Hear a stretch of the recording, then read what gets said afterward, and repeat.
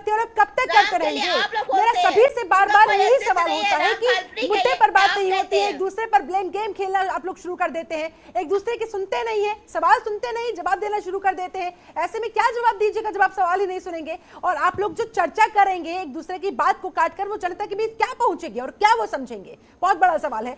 चलिए, मेरे पास समय ज्यादा है नहीं। कपिल श्रीवास्तव, जल्दी से आपका फाइनल कमेंट।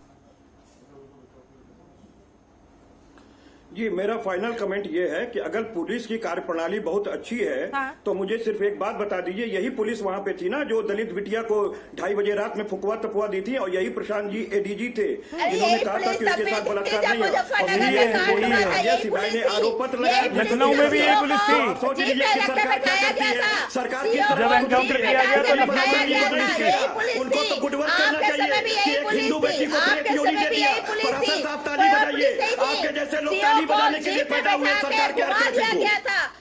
लोगों का पलायन करा दिया था, यही पुलिस थी आपके समय भी, यही पुलिस थी। प्रशासन साहब पुलिस नहीं थी, आत्मा आज अगर वही मुझे पुलिस चाहिए, है। आप कभी आपका आगे फैमिली बढ़े। मत उठाइए, रवि पारा आप सर, सरकार पे है।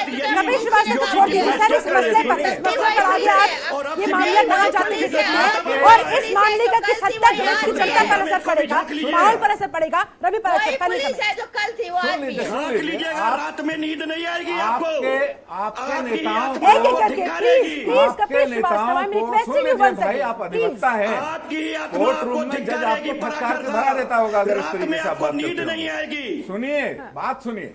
आपको आप दलित बिटिया के साथ जो हुआ उसके साथ नहीं खड़े बात तो हैं। सुन लीजिए ठीक है, भाई। जो पुलिस ने किया, कपिल जो कपिल आपकी जी कह रहे हैं, कैसे अधिवक्ता है? दलित बिटिया प्लीज, कैसे अधिवक्ता है? कपिल जी, क्योंकि वो आपकी कपिल बेटी जी, नहीं थी। एक सेकंड, आपने अपने समय में बोला कि आप आपको सुनिए। दूसरों के समय में बोलने तो दीजिए आप कम से सुनिए। कम। रात में नींद नहीं आएगी। सर, समय कमी है, समय तो की बात तो सुनी जाएगी, आप अपनी चिंता करिए, बात कपिल तो सुन श्रीवास्तव लीजिए और भाई। अग्रवाल प्लीज कंटिन्यूअसली आप बोले जा रहे हैं। अब बात रवि पारा सुनिए। सर, पहले समय एक लाइन में सर। संवाद में संयम रखिए, तो बात सुनिए। आपके जो नेशनल लीडर हैं वो वक्रोक्ति अलंकार में बात करते हैं, आप 2-3 बार बोल चुके हैं मेरे सामने। सुनिए सुनिए, और आपके जो नेताजी के पिताजी हैं, जब वो समाजवादी पार्टी के अध्यक्ष थे, सार्वजनिक मंच पर वो बोलते हैं कि ये लड़के हैं। रवि पारा सर, बस मुझे रवि पारा सर, रवि जी, आप बस इतना बता दीजिए इस मामले का देश के माहौल पर किस हद तक असर पड़ने वाला है। सुरक्षा उठा ली थी उस कमलेश तिवारी की, मुझे लगता साथ है आप नहीं खड़े कि हैं। खुलकर सामने आ गया है। ठीक है। और अब सोशल मीडिया बहुत ज्यादा भ्रमित करने की स्थिति में बहुत लंबे समय तक नहीं रहता है। ठीक है। तो सच्चाई अब सबके सामने है। मुझे नहीं लगता कि सामाजिक ताना बाना है, उसको तोड़ने का प्रयास भले ही किया गया हो, लेकिन बहुत ज्यादा कोई असर इसका पड़ने वाला नहीं होने वाला है। चलिए ठीक है, बहुत बहुत शुक्रिया आप सभी मेहमानों का मेरे साथ इस खास चर्चा में जुड़ने के लिए। तो फिलहाल पुलिस का कहना है जांच पड़ताल चल रही है, परत दर परत इस पूरे मामले की खोली जाएगी, जो भी दोषी होंगे कार्रवाई की जाएगी। लेकिन वहीं दूसरी तरफ महत्वपूर्ण सवाल यह भी खड़ा होता है कि पुलिस तो अपना काम कर रही है, लेकिन सिर्फ राजनीतिक तौर पर आरोप प्रत्यारोप के लिए या आगामी चुनावों में अपने फायदे के लिए क्या इस तरह के मामलों को सांप्रदायिक रंग देना ठीक है? बिल्कुल नहीं, कतई नहीं। ऐसे में जो लोग ऐसा करने की कोशिश करते हैं उन्हें अपने गिरेबान में झांकना चाहिए, उन्हें खुद से सवाल करना चाहिए, ताकि आइंदा से कभी भविष्य में इस तरह की घटना को सांप्रदायिक रंग देने की कोशिश करने से पहले वो 100 दफा सोचे। चलिए इसी के साथ मेरे साथ इस खास चर्चा में जुड़ने के लिए आपसे बहुत बहुत शुक्रिया। बने रहे जनतंत्र। खबरों के निष्पक्ष विश्लेषण के लिए सब्सक्राइब करें Jantantra TV and press the bell icon. Never miss any update.